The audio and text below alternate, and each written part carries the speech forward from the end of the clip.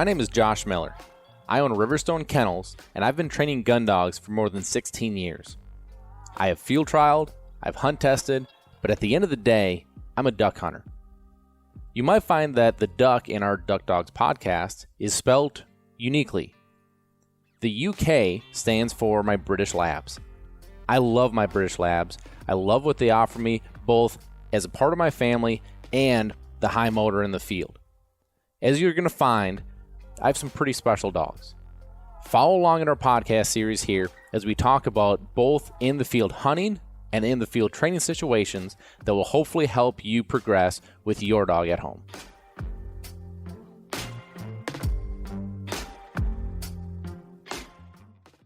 Thank you to all of our sponsors that help bring you this podcast. Without them, I couldn't afford to do what I'm doing here. So thank you to our presenting sponsor, DUK, and our supporting sponsors, Sitka, Lucky Duck, and Gun Dog Supply.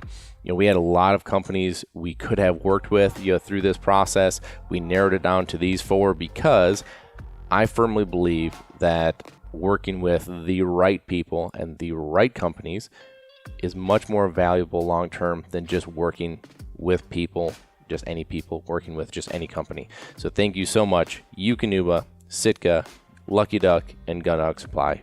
Appreciate your support. Thank you for helping make this thing possible. Well, I hope everybody had a great 4th of July weekend. I know I certainly did. It's just nice to be able to take a breath and step back and not have a hunt test and not have clients in, not have a bunch of commotion around. For those of you that are abroad, how awesome is this? I am learning that we are having more and more listeners from different countries from abroad. I talked to just last week someone in Scotland. I talked to someone in England and someone in Canada that are listening to this podcast, and this just further proves my point that I've talked about in the past, which are, it is amazing the network of people and friendships that can come from dogs. I mean, it is incredible that just these like interests and these like passions lead to these friendships. So awesome. Thank you guys for listening. I hope you guys had a great weekend too. But for me, we're kind of in that obviously halfway point of the year, but halfway point of the training season for us. And I think that's what I look forward to most about, this kind of 4th of July weekend landmark, is that it's a good breathtaking moment. It's good just to breathe, not, we've been grinding like crazy. It's good just to hit a point and be like, all right, we're halfway, hunting season is in sight. We can almost taste it. It kind of gives you a rejuvenated sense of enthusiasm. And I really enjoy, this time of year because you're watching all this yard work and what really is the boring stuff. Now you're applying it in the field. It's just more, it's more fun. The dogs are having more fun. You're having more fun. Fun time of year for sure. But I heard something over the weekend I want to share with you guys, and this is not the main thing I'm going to talk about today, but I heard a quote that I think is so neat, and it was not at all in reference to dogs, but of course I heard it through what I listen in, which my dog ears, if you will. And so just listen to this quote.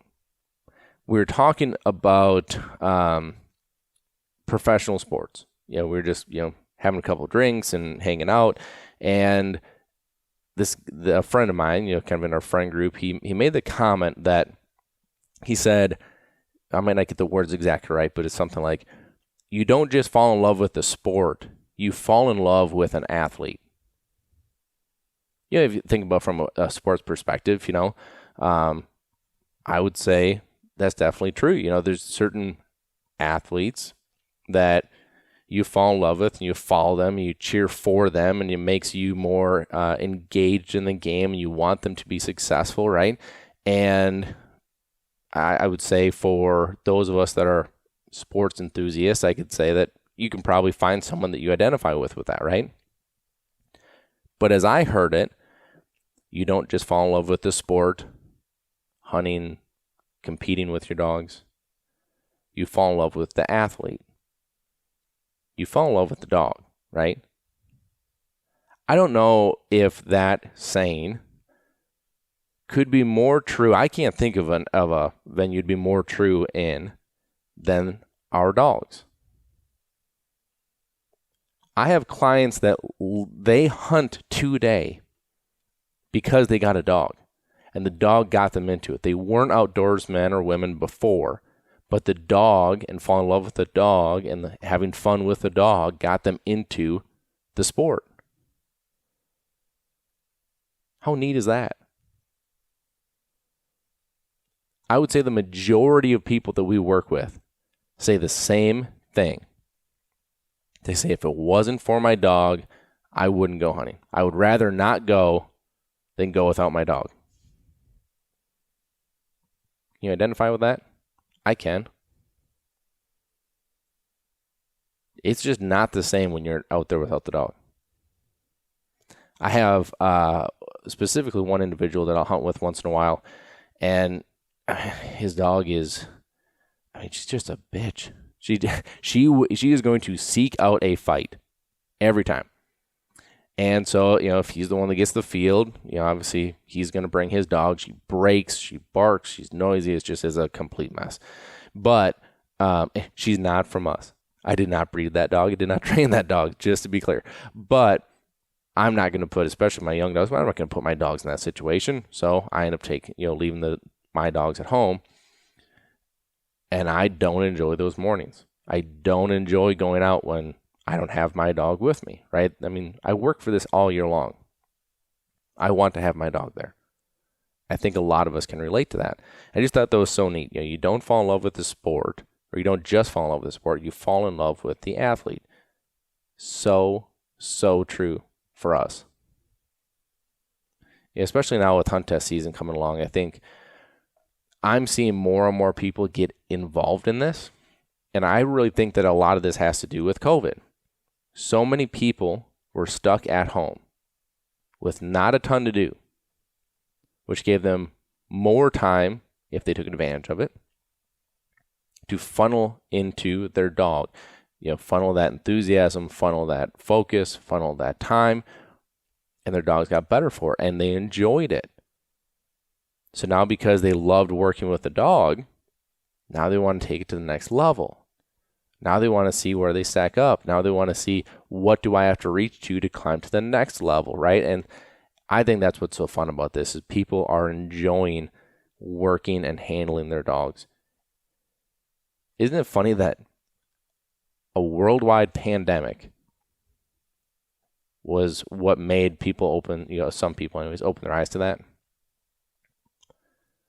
It kind of gives you the reality check that it's really, really easy to get caught up in life. Crazy.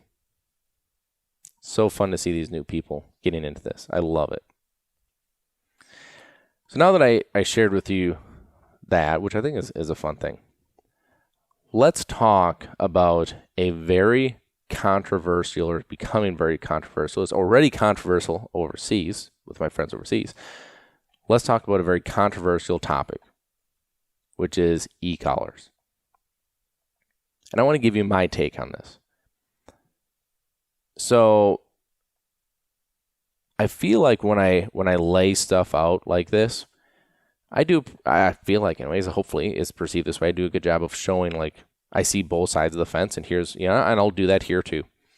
But I also want to at the end of this go through how we would introduce and use it, so that it's a little more understood of, if you're going to go through that process, here's the steps that I would take as I go through it.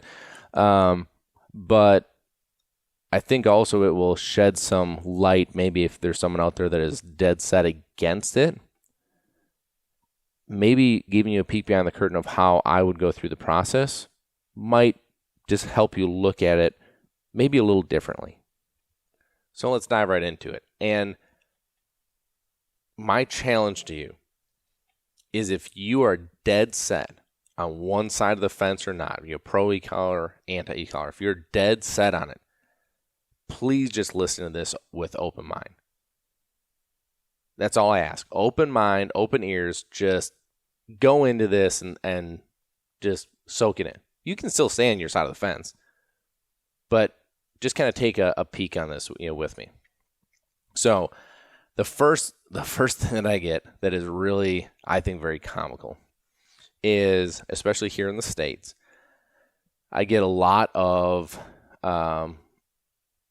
interesting comments because I have British Labs, and I will use an e-collar through portions of the training with my British Labs. And people are like, wait, you can use an e-collar on a British Lab? People, they are still Labradors, right? They're not a different breed. They're not going to melt. They're not going to, I understand that overseas especially, it is illegal, what I understand is in the UK, it is illegal to be using a product like this because it's viewed as animal cruelty. Please, my listeners and friends from overseas, correct me if I'm wrong on this, and I will identify in the next episode. But it's so interesting to me. So yes, you can use them on a British Labrador, but I want to go through what I do and why I do it, because I see pros, I see cons, and I understand, that everyone's situation is different. I think that's the biggest thing on this. Everyone's situation is so different. Obviously, there's a ton of content out there, right? So you watch videos or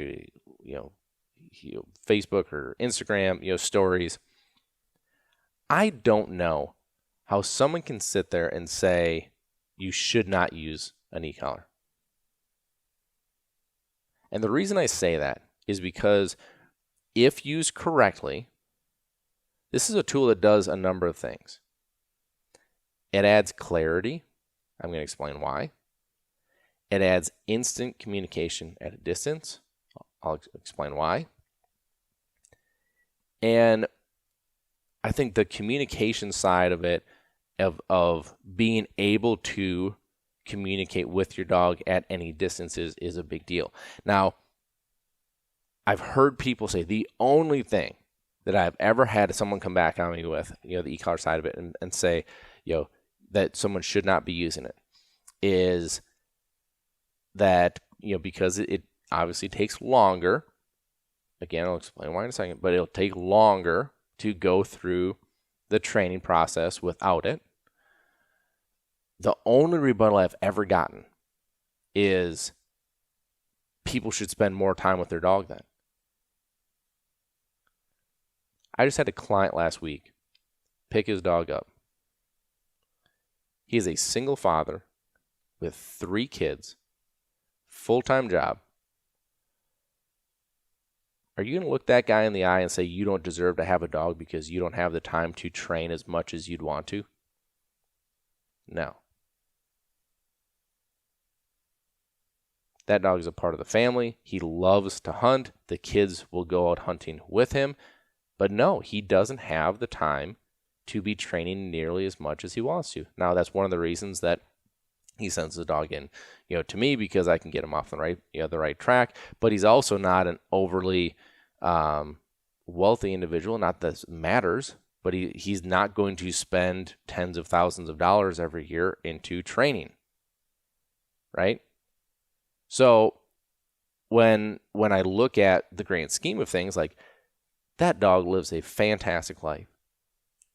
The kids adore the dog. He adores the dog. It is an awesome situation. How could anyone even bring up that someone like that shouldn't even own a dog because they can't commit the time to them? Give me a break. So, if that was going to be your rebuttal, you now know my stance on that. But let me go over here the collar side of things. Okay, so in my training, I will use the collar at different points and junctures. And as you've heard me probably say in the past, I also don't want to lean on the collar to the point that, as I think oftentimes happens, when you use the collar all the time, you are going to end up with a Dr. Jekyll, Mr. Hyde thing going on, right? So you have an angel with it on, a hellion with it off, very obedient with it on, very disobedient with it off. Like, you can't have that either, right? So there has to be a happy medium. And so through what I do in my process is that we will use the collar, especially as we're reinforcing obedience, we're reinforcing maybe whistle sit at a distance, things like that, right? So we go through the process, and at the end of the process, my expectation is that the dog is doing everything without the collar on. Now, we have used the collar to reinforce and to sharpen and add clarity and do all that stuff, but I'm not relying on it. Like, I don't need to have it on. But this tool has also helped us get from where we were to where we are. So let me first go over how I use the collar. The way I look at an e-collar is it is an invisible leash. It's nothing more than that. It is an invisible leash. What I mean by that is I use the collar as I would the lead. So when I have a lead on, especially with the dog that's gone through the train, I don't expect to be using the lead all the time. I don't expect to be making corrections and jerking the lead around. Just like when I'm through the process, I don't expect to be using that collar. It's there if I need it, but I'm not expecting to use it all the time. What I do when I am teaching the e-collar and what this collar means. I have done all my teaching on leash. This is a big part of this for me. The e-collar is not a teaching tool. It is not a magic wand in the box. You are not going to bring it out, put it on the dog, and all of a sudden all your problems go away, right? You do not teach with the collar. You reinforce what you have taught with the collar. So, teach on the lead. Let's just use obedience because it's easy, right? Heel, sit, come, place, whatever you're doing. Everything is taught on the lead. And then when I'm introducing the e-collar, what I will do is I will use very, very low levels. And when I am giving a correction on the lead, let's just say sit. So I'm big on pressure on, pressure off. So when I say sit, pressure comes on. As soon as that dog's butt hits the ground, pressure comes off. Okay? When I say sit now with the lead, I also am using that low level on the collar. Both at the same time. Sit, both pressures on. As soon as his butt hits the ground, both pressures come off. Now you might be asking, why do you use them both at the same time? Again, I'm introducing the collar to the dog and what it means. So I'm trying to communicate to the dog that both these pressures mean the same thing. Right? Sit, both pressures come on. Sit, both pressures come off. I'm teaching them that this is exactly the same as the leash. It's an invisible leash, but it's still a leash, right? What happens if the dog doesn't sit down? Well, if I was on a lead, I would say sit again, apply more pressure. Well, I can do the same thing on the collar, right? Sit, one more level up. But as soon as the butt hits the ground, pressure comes off both. Communication. They are in control of the pressure. Right? So, you end up with the dog by going through this process, a dog that understands what the collar is, how to turn it off, and that this stimulation is not the end of the world. It is not a cattle prod. It is not, it's not even electricity. I hear people say it all the time that, you're using electricity. It's a static stimulation. It is like rubbing your feet on the carpet and shocking yourself. Okay? You will not burn the dog. It's, again, not electricity.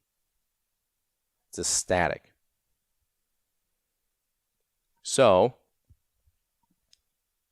as you go through this process, again, you're working on low levels. Most of the time, when I get done with this process, most of the time as I'm going through this process, the level of stimulation that I'm working on with my dogs, you can barely feel on your own hand. One, you want to tell me how that's cruel? I don't get that one. Okay. I understand that in the wrong hands, for sure, because you can use high levels, but you can say the same thing about a lead. You can say the same thing about a choke chain. You can say the same thing about dang near any product that you use for training. The dog itself in the wrong hands, not a good thing, right? Okay, so we have now taught the dog what the collar is. We have taught him the pressure on the collar is no different than the pressure on the lead. He understands what it is. He understands how to shut it off. Life's great. Here's where I see the benefits of it. For me, on a professional level, I think there's a lot to be said about the clarity and communication transferring back home, right? So when I hand somebody a leash, when I hand an owner a leash after I've worked with the dog myself, the way that I use the leash is going to be different than the way that the owner is going to use the leash. The way that I vocalize is going to be the way different than the owner vocalizes. The way that I use my body language is different than the owner's going to use it. So even though we're both saying sit, even though we're both saying come, there's a difference. And the dog has to kind of weather through that and transfer his training home with the new owner, the new communicator, right? The e-collar feels exactly the same. It's the same exact feeling. It's the same exact communication. It's the same exact correction, meaning it's much easier for the dog to understand transferring home that this is you're asking me the same thing Josh used to ask me. So I know how to make you happy. I know how to do what you're asking me to do. So that's been a big part of it for me. That goes to the clarity piece. Where I also see the clarity piece is as you start pushing through more advanced things, right? The difficulty level obviously rises as you progress through your training, but so does the chance for misunderstanding. When your dogs are getting further and further away from you, making a correction is more and more difficult. So let's use one that we can all understand, which is whistle sit. You blow a whistle, you expect your dog to sit down, correct? Whether it is at 2 feet, at 22 feet, at 122 feet, doesn't matter. You blow the whistle, you expect them to sit down. What if you blow that whistle with the collar and the dog's gone through the process, understands what it is? You go, tweet. They don't sit down. You go, tweet again, use that collar, and he goes, oh, shoot, I did that wrong, turns around and positively sits down because he goes, I know what I did wrong, I'm making the correction. Then you can give your cast and give him the reward that he was ultimately looking for. Clarity, very easy for the dog to understand, oh, I should have listened because we're working as a team. If you don't have that, you have one option. And I hope you have a really good pair of tennis shoes on because you're going to be using them. And you will run that dog down. Now, if your dog is 100 yards away, even more 200 yards away, by the time you get there, the dog has already moved on mentally, does not understand why you're there. So you probably shouldn't make a correction at this point.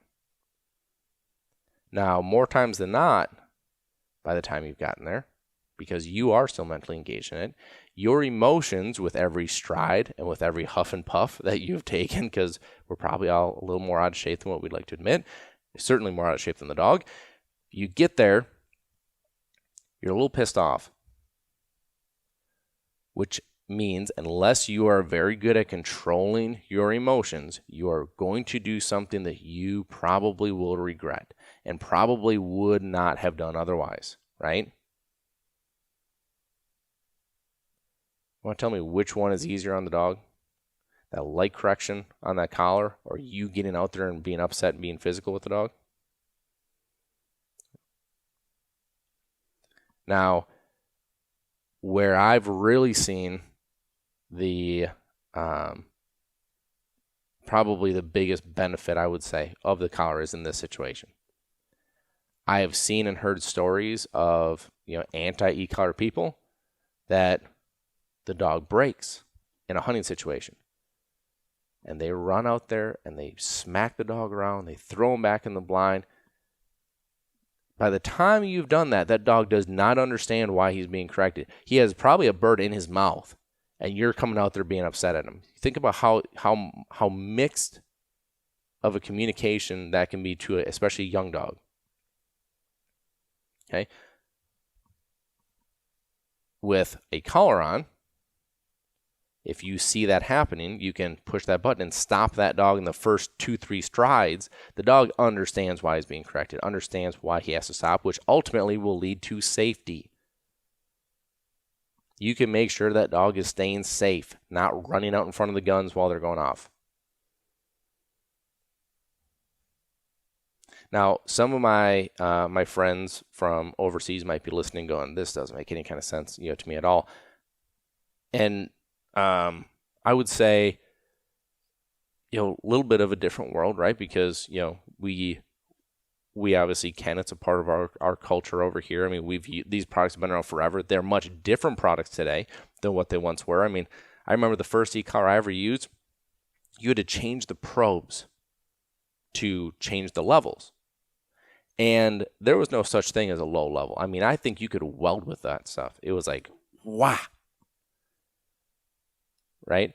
Today, like I mentioned before, the levels I'm working on, you can barely feel on your own hand. And what I think is so fun is that the majority of friends that I have brought over here to spend time and train with me, and for those of you that are out there that are listening to this abroad, please come do that. Send me a message. Go on Riverstone's Instagram page. Send me a message. I'd love to have you guys out because I think there's always something for me to learn from you guys, which I love. But this is the one piece that I think everybody goes home with and is like, I get it now. Like, I thought that you guys were over here, like, making hair stand up on dogs and, like, shocking the heck out of them when they're screaming. Like, that's not at all what this is. At all. But there's, I think, this anti-e-collar push going on right now. And I just look at it and go, you're telling me that you're going to be anti-e-collar on a product that for most people keeps their dog safe. That's what this comes down to. If that only goes on the dog, a few times a year, but it is in situations that the dog needs to be safe, like, to me, that's a great tool. Keep the dog safe. Right? Now, those are some of the pros, right? There's some of the pros that I think are positives to look at from the e-collar side of things. Let's talk about some of the cons. There's pros and cons to everything, right? I think the biggest con is in the wrong hands, like I said, just like any tool, in the wrong hands, it probably is not a good tool. It is not a good tool. Well, not probably, it is not. If you're somebody, and only you, if you're somebody that gets emotional, that gets frustrated easy, that goes from 0 to 100 really, really quick, you know what I'm talking about. Yeah, probably not the right thing for you because it's too tempting to crank the levels up and give a stimulation that is an overcorrection. Probably not the right tool for you, right? If you don't know when to take it on and take it off, probably not the right tool for you. And what I mean by that is that I don't like when dogs get through the training process and they're great if they have it on. And if they have it off, they're a completely different dog. Like, I hate that side of it because the reality is that you're never going to have the collar on all the time. You expect that dog to listen all the time and is going to get you in trouble at some point, right? You get out to the field and you forget it at the truck. You forget it at home. You don't want to not hunt that dog that day.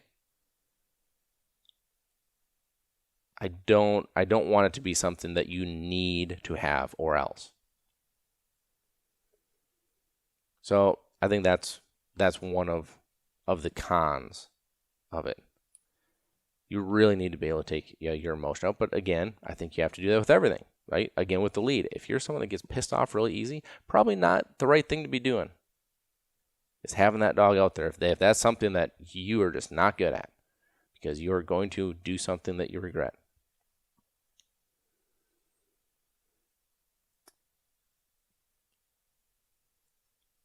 I think it is. Here's what I love about when people are like, I'm going to do this from start to finish without the e-collar, is that you go into it knowing that it's going to take more time. Reality, right? And the reason it's going to take more time is because you don't have that instant communication. You don't have that, let's just use the blowing off the whistle example. You blow a whistle, you expect the dog to sit down. They don't. You're going to have to go back, get that dog, go back onto lead, tweet sit, and then gradually work your way back out again. It's going to take more time. But what I do love about the people that go down that road is that those people are extremely invested into the time with the dog. They're extremely invested into the process. They understand that this is a long-term thing. They understand there is no quick, easy fix, because I think that to me is one of the major cons of the collar, is that there's a perception that it's an easy button. It is not an easy button.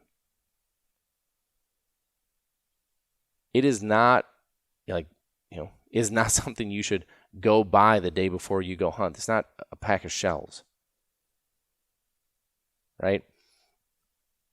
It still needs to be used and introduced properly, and that's probably my biggest thing against it, is that people use it without educating themselves, without going through the process, without teaching the dog what it is.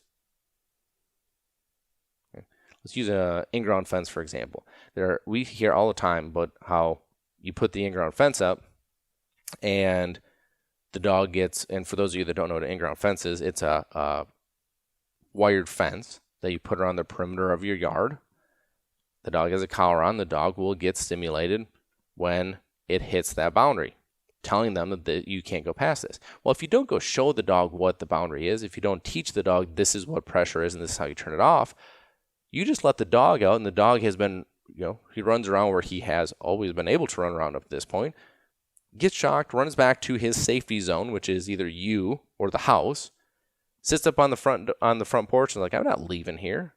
I don't know what that was, but I don't want it to happen again. You still need to teach. You teach without, you reinforce with.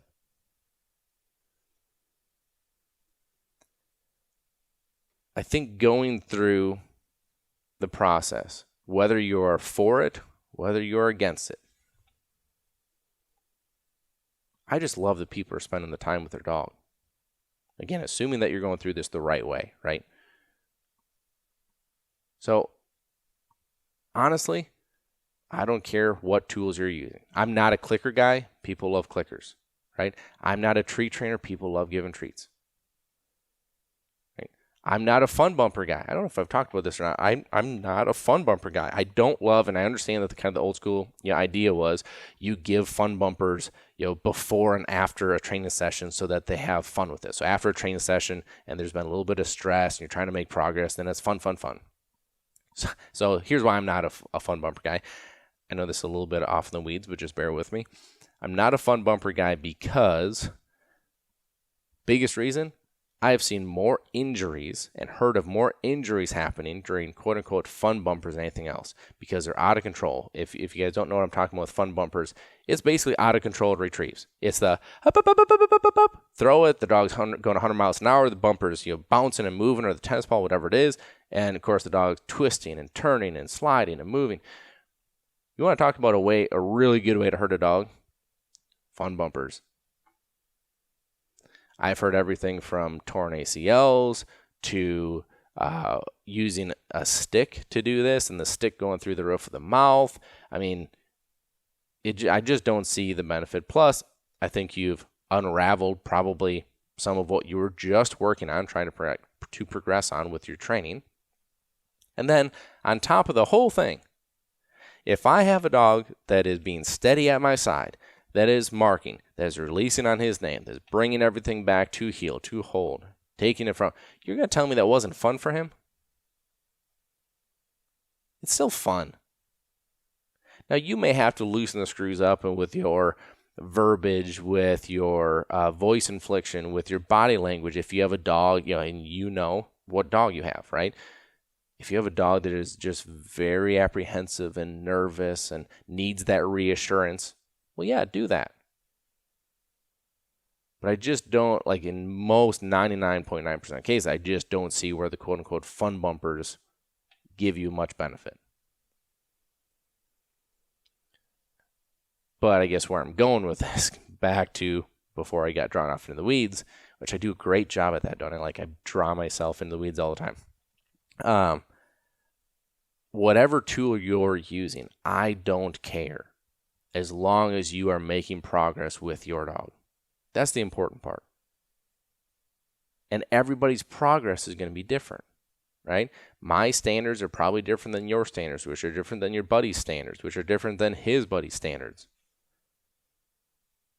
What's going to help you get your partner to your end goal? And whether that's time, whether that's tools, whether that's methodology, whether that's, doesn't matter. Do what is best for you. And I think if we all just step back and we all just say, hey, I'm going to watch my own bobber, as long as everybody else is treating their dogs well, number one. Number two, spending time with them. I mean, how could you ever knock that?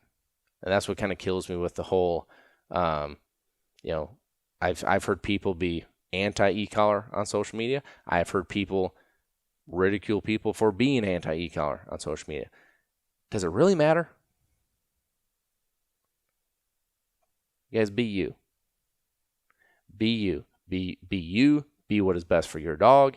But I would encourage you to be supportive of whoever else is out there in the methods they're using. As long as they're being the right person, as long as they're doing things the right way, using the tools in the correct manner.